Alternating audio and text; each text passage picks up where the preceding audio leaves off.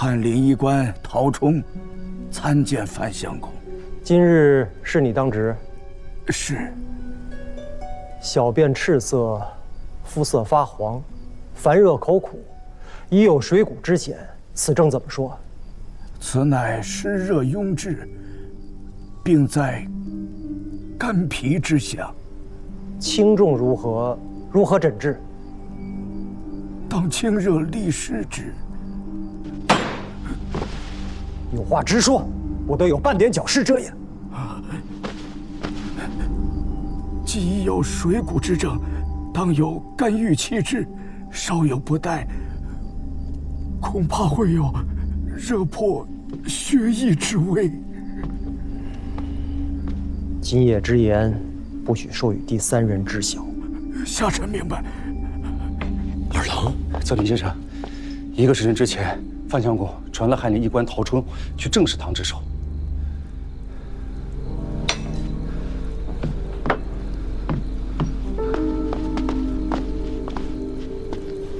盛家今夜该是宿在澶州。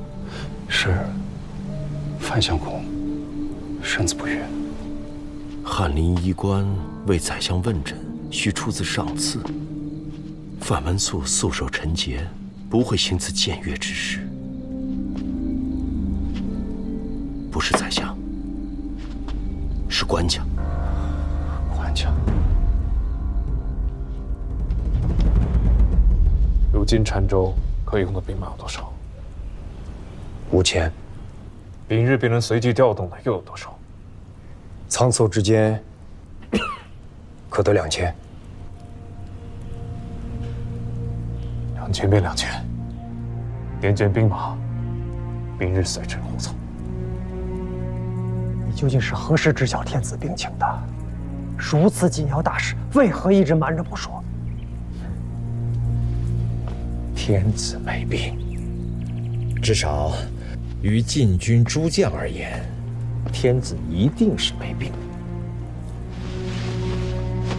天子出京，殿前司和侍卫亲军，应当随时做好北上迎驾的准备。可令张永德领兵驻陈桥，李崇进领兵驻赤冈。这些都不是最紧要的。陛下北巡，粮秣给养，准备的如何呀？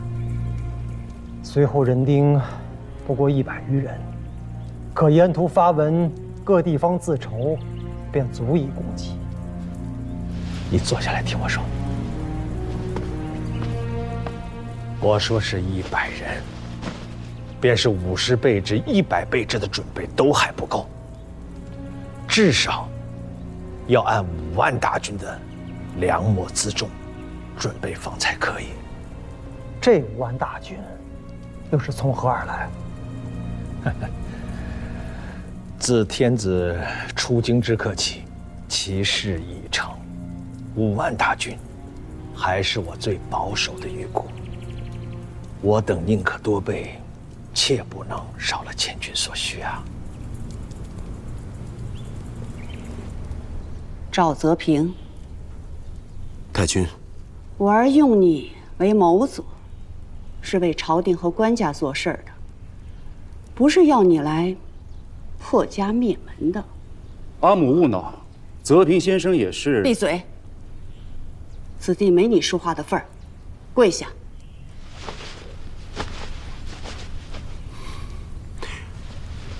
太君恕罪，赵某斗胆僭越设谋，非只为赵氏，亦是为了国事。怎么说？官家圣功不渝。妄言！太君明鉴。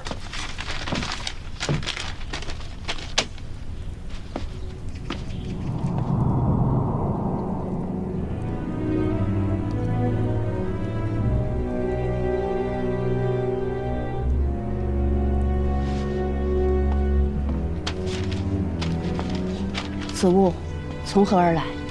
翰林医官属令史叶某，为老太尉在世所见。你好大胆！当今官家恩威有几，眼中最是揉不得沙子。若是此事揭出来，非但我赵氏一门，只怕9族之内俱无完卵。太君容禀，赵某已经问过医家了，以这张白笺所述症候，病人至多只有半年的寿数了。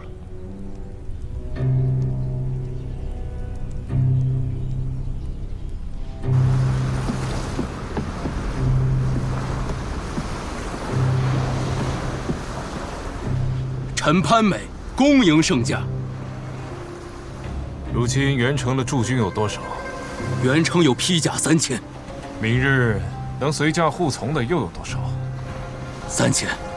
好，给你1日的时间，整肃3000兵马，明日随朕护从。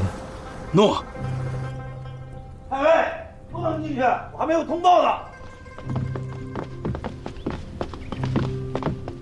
两位相公，太尉他都出去。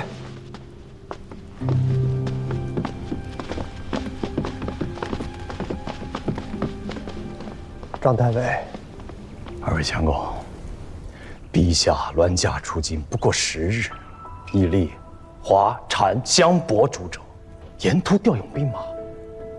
如今是个什么情况？如今随驾的护从军士已经超过了28000，余下的人马还在不断的集结。这北面的兵马几乎被陛下抽调一空啊！我呢，近日连发数封奏书，极地御前，可始终未见批复。这北面的兵马是为了防御契丹，陛下如此折腾，他北面的防备是要出大窟窿的。二位相公，你们可得万设法，好好的劝劝陛下。如今你还不懂吗？陛下北巡，其用意根本就不在北面防务，北伐已成事实。官家圣公为何？为何要执意此时出巡？出巡是假，挥师北伐是真。北伐？除了北伐，还有什么法子能搅动京师这潭死水？除了北伐，还有什么法子能调动天下兵马？除了北伐，还有什么法子让殿前司和侍卫亲军司的将帅太尉们将心思从京师之内转向外镇？太君明鉴，以官家之圣明，岂不知此时并非北伐的良机，只是他的身子已经撑不住了。张令公掌管殿前司兵权6年之久，内外皆为武臣之首，一言一行可动摇社稷宗庙。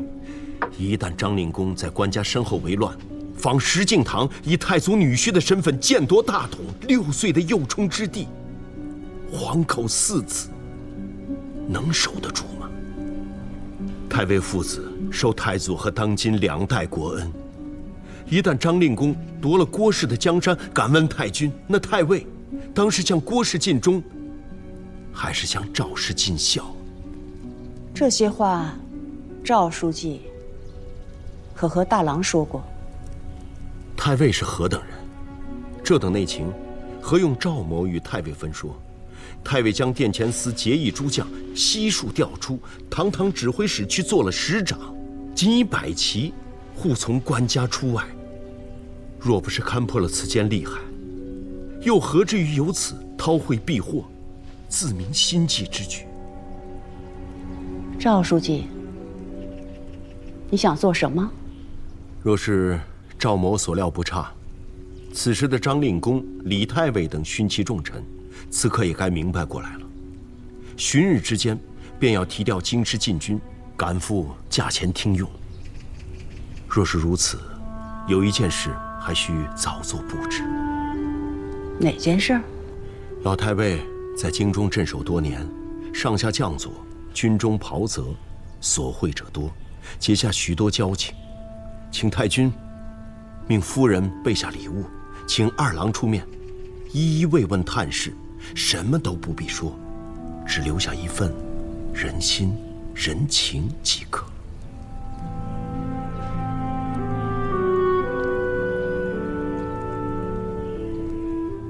边姐一定要保护陛下周全。二位相公，请放心。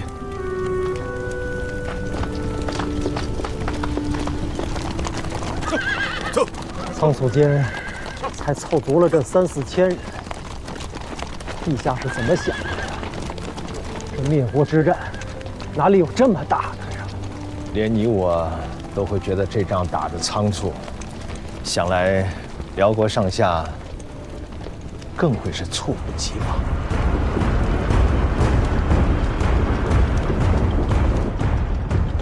天平军节度使检校太尉同平章事韩通，末将在。武宁军节度使同平章事王彦，末将在。侍卫马军都指挥使高怀德，末将在。启奏陛下，3卯已过，诸将无一缺漏。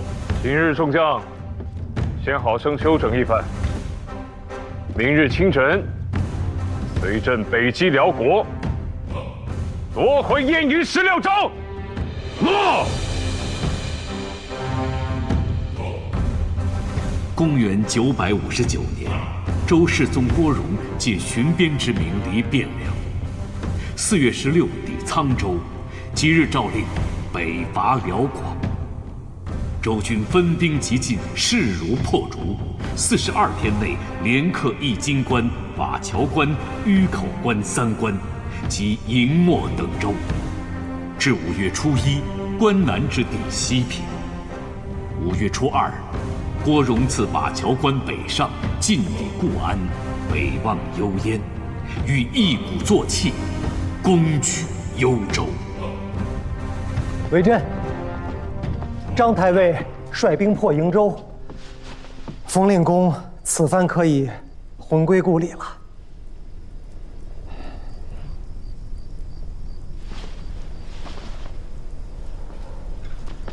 出什么事儿了？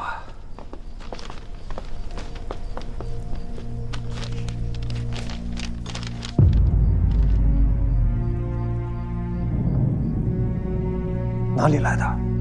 重要吗？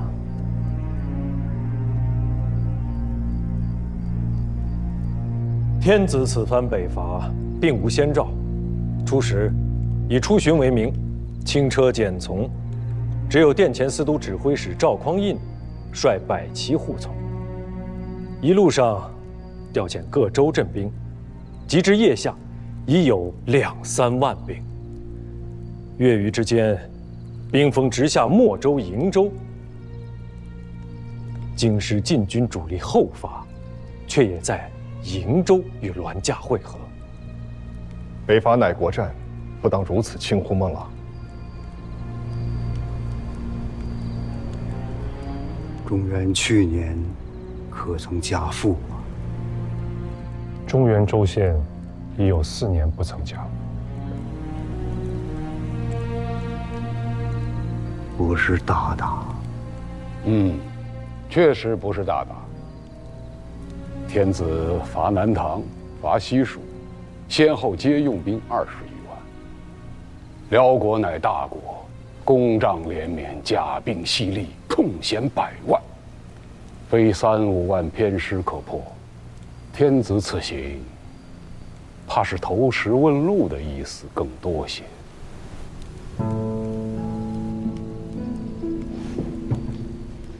大王，丞相府与元帅府合议，此番天子北伐，国中应镇之以静，只要南唐的兵马没有异常调动，便可如常错阵。天子銮驾到哪了？瓦桥关，兵逼固安、涿州。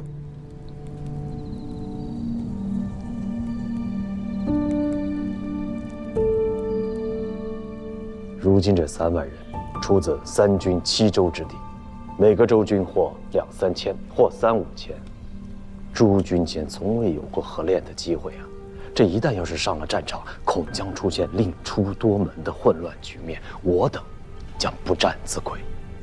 这西津府，乃辽国南京道的治所所在。辽国在此地经略已久，无论兵马武备，皆非寻常军将可比。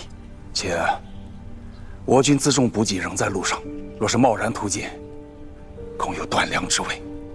自辛卯日出兵以来，10余日间连下3州2关，此时正是一鼓作气之机，如何能自废手脚，以致再而衰，三而竭？韩节帅所言极是，我军之胜，胜在出其不意，攻其不备。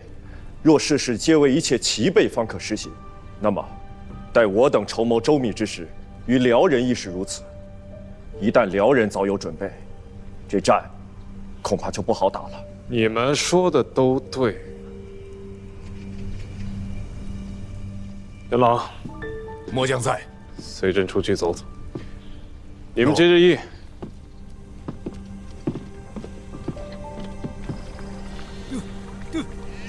对，柴加多一点。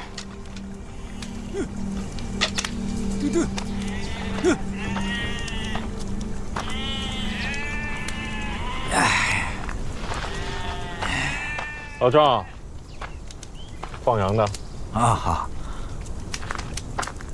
本地人，白石子村的，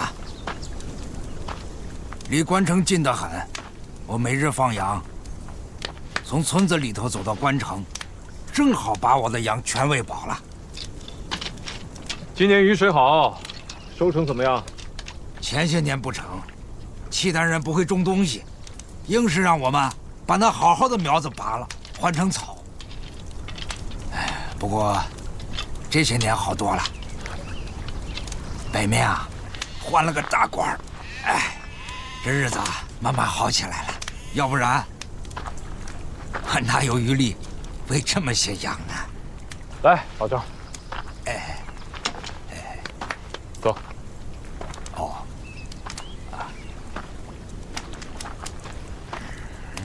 好吃。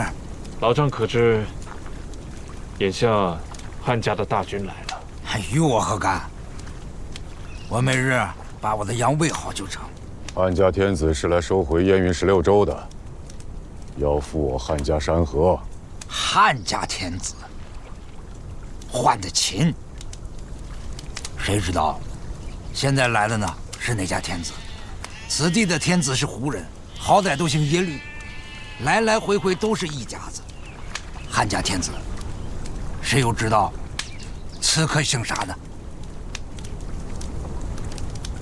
不知此地可有名号？冰龙台。你，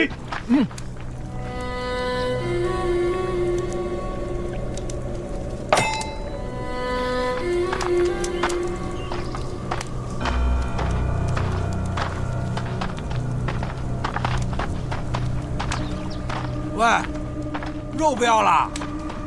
给你了。官家，乡野村夫不懂什么仁义是非。方才那些胡言乱语，官家莫要往心里去。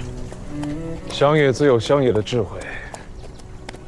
若此番能够灭了辽国，一统北疆，那老夫的话自然不足为意。若是拿不下这幽都府，此地变成了两国疆界，往来交兵不止。如此一来，对于那个老夫而言，还不如暂且先让耶律家继续做天子稳殿，毕竟日子还过呢。这说破天，老百姓要的不过是个太平年景嘛。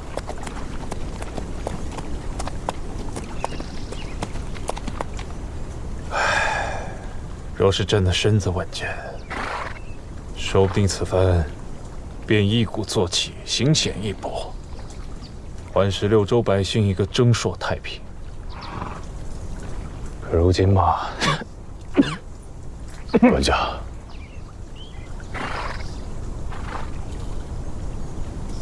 就不给北地生灵再添一槽病灾了。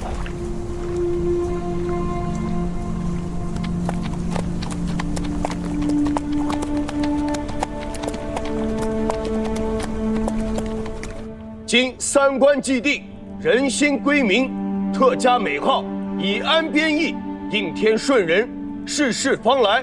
改瓦桥关为雄州，义京关为霸州，治兵留守，授检校太傅、正安军节度使韩令坤为霸州都部署，义臣军节度使、观察留后使陈思让为雄州都部署，率所部兵数之。国家贵近，天道恶淫，两军交战，矢石无情。一城之内，百姓何辜？朕不忍见涂炭，念久离京师远耳，以速归以安人情。即日起，大军班师还朝，故兹昭示，相宜之息，主者实行。陛下万岁！万岁！万岁！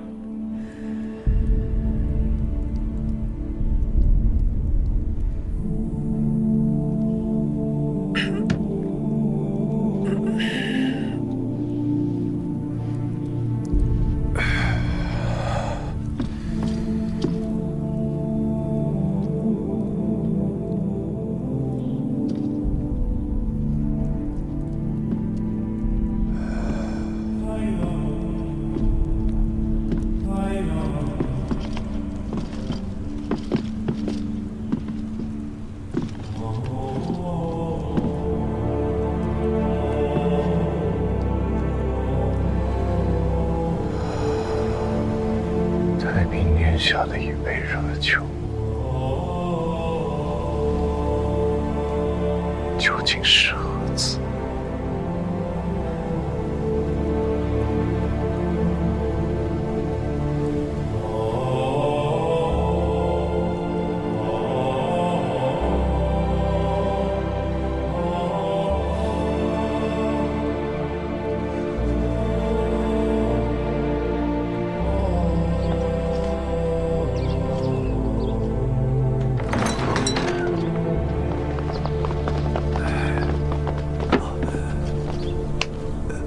油尽灯枯，妖力已无力回天。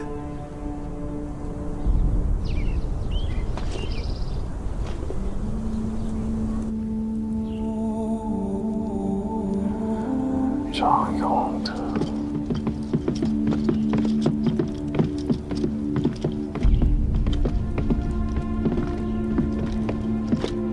陛下。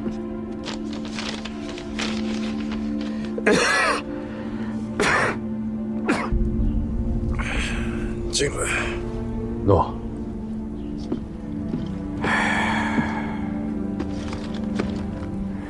陛下，范相公在中书门下行宿卫，以梁府的名义拟了一份唐札，将殿前4月侍卫亲军的几名管军调出皇城。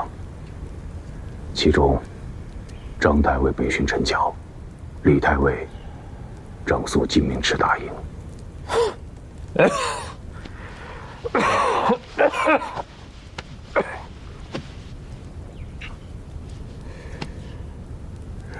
如还有10年时间，10年之后，他们如此不知，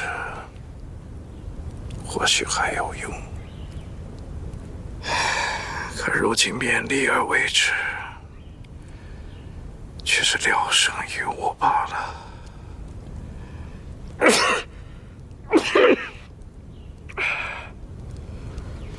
传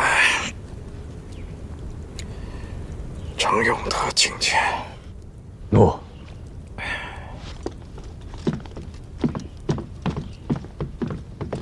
臣张永德参见陛下。起来说话。谢陛下。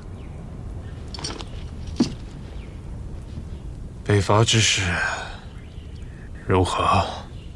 此番陛下北伐，势如破竹，可见契丹内乱，国势衰弱。只要陛下康复，及其大军粮秣徐徐图之，1、2年间，16州可复，边患可平，天下可定。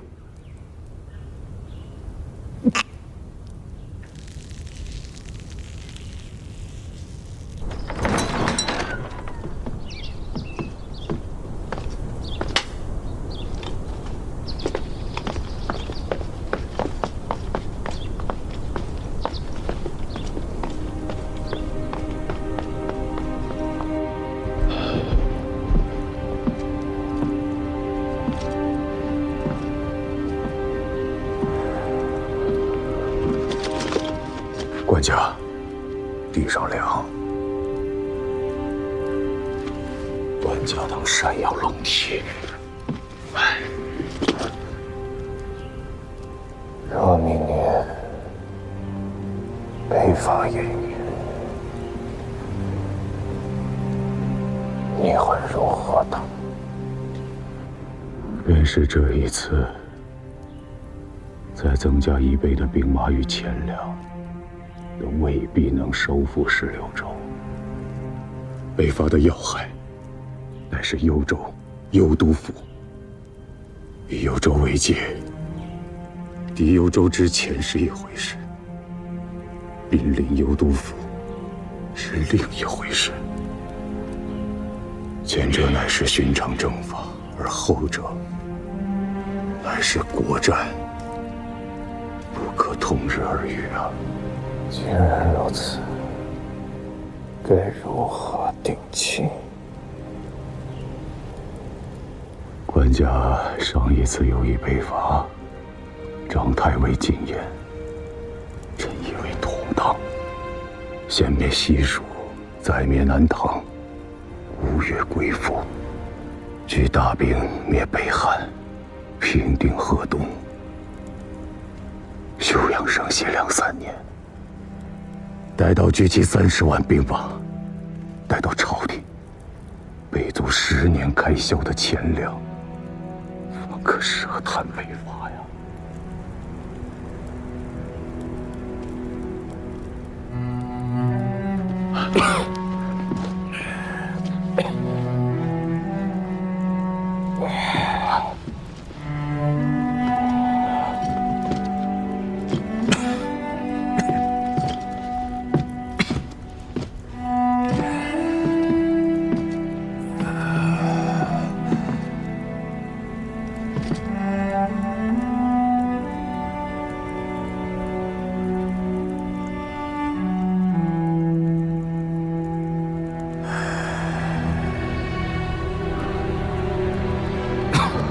慢些，慢些。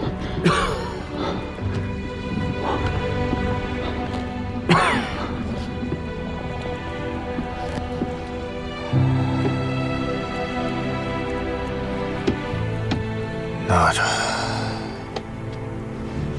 诺。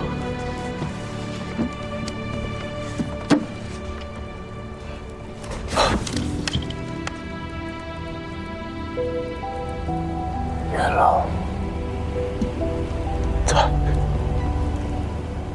小一个没了。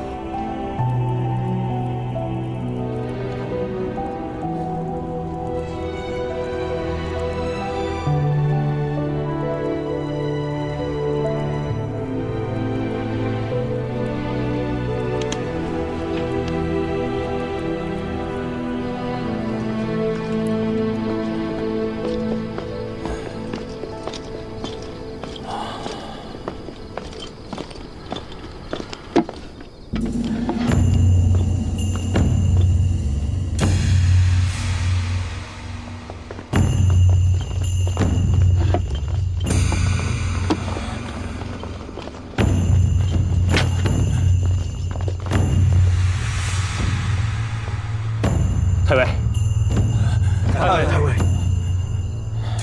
走。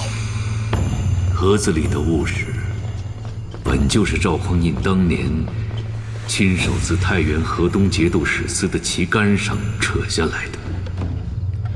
兜兜转转12年，竟然又以如此方式回到了他的手中。